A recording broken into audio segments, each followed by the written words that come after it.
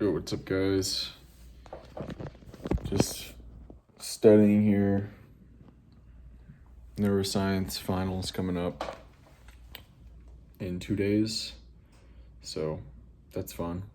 Got a physics final after that, also fun. But the year is winding down, the school year. It's still crazy to me that I'm here when I hear, like today, yeah, this is our final neuroscience lecture of the year. It's just like, wow. Because like 3 months ago, I was like not planning to come back to school at all. I was planning to drop out and fully pursue a career in music. Crazy how I just everything ended up the way it did.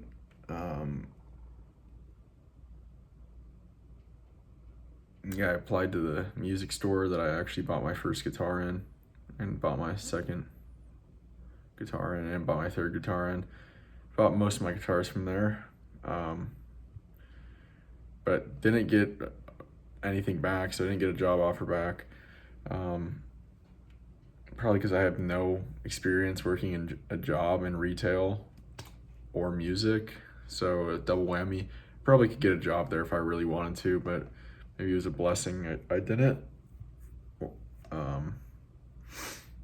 don't know. I wouldn't complain if I was living in paycheck to paycheck right now and working at the music store and just fully focusing on music. I don't think I'd complain. So, but that's not where I am. I'm here now as a previous neuroscience major, finishing up Neuro 2. And yeah, pretty good, cool stuff. I really like neuroscience. I really like behavioral sciences, psychology, and neuroscience.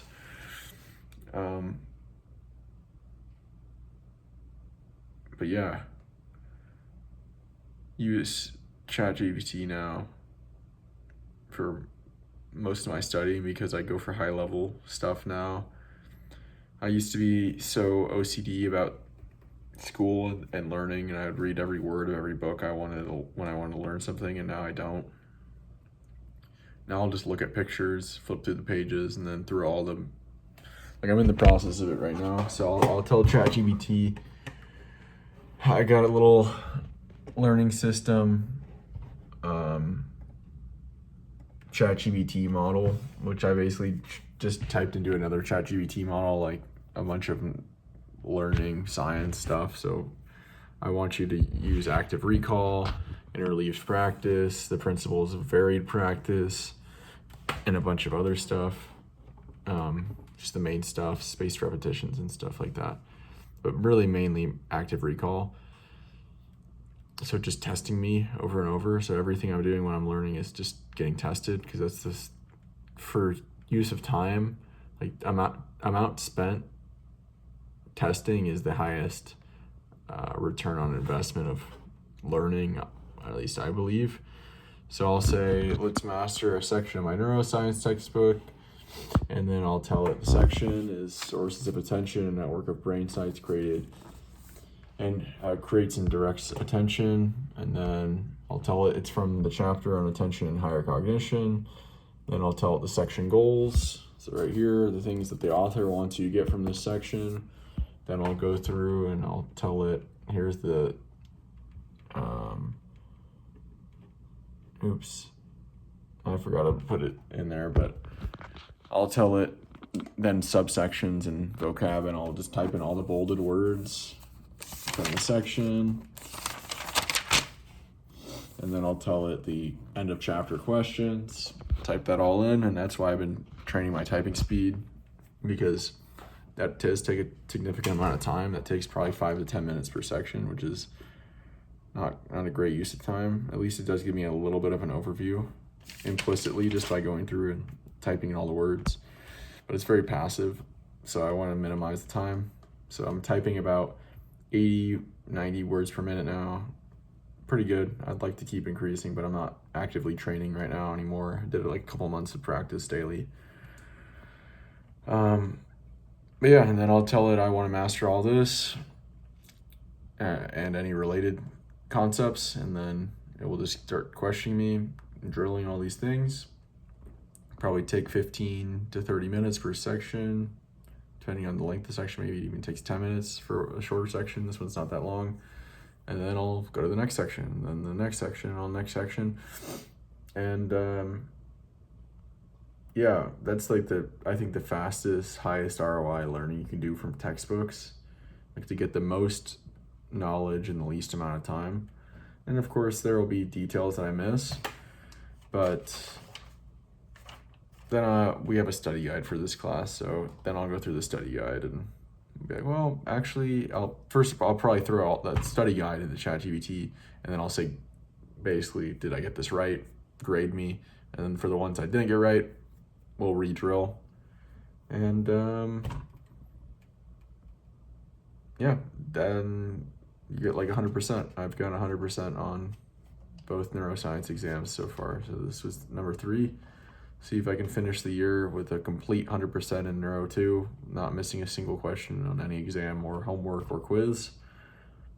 But it's not even my goal, really. I'm just trying to maximize my time efficiency. I'm not even trying to get every detail. I've surprised myself both times by getting hundreds twice, so. Yeah. Today I listened to The Motive. Patrick something. Yeah, I don't know his last name actually. It's called The Motive. The reason I listened to that is it was recommended by Alex Hormozy. That's actually why I've listened to all the books that I have recently. So I listened to Expert Secrets by Russell Brunson, and then Persuasion by Robert Cialdini, and then The Motive by Patrick something. But yeah, different than the other books. Short, it was like an hour and a half or 2 hours, at least at the speed I was listening it to, 1.5x. It was basically a fable. It's kind of like this book I read a couple months ago called Who Moved My Cheese. It's kind of a fable, short story, and then it has some lessons that it explains at the end about management and business. But The Motive is really about leadership and really about like being a CEO, like the top leader, manager. And yeah, the motive, because it's like, why are you what motivated you to become a CEO? What motivated you to become a leader? They're basically two, are you motivated by reward seeking and self-interest? Probably very likely. Or are you responsibility oriented and motivated? So probably less common. Probably everyone has a mix of both, but I would tend to think that most people are self-interested, just from an evolutionary perspective, like to the core. But some people can become or they can become self-interested, become selfless out of self-interest, knowing that being a selfless leader is actually what's best for their interest at the end, in the long term. But yeah, responsibility versus reward motivated, right? And reward motivated actually leads to a lot of behavior that leads to not good things for the company. It leads to avoiding difficult things and boring things that are the responsibility of the CEO that no one else can do except for the CEO, for other things that are more fun, stimulating, that are more interesting to the CEO. Because most people think if you're in a reward motivated state, you think that, CEO, I'm the top guy. This is a reward.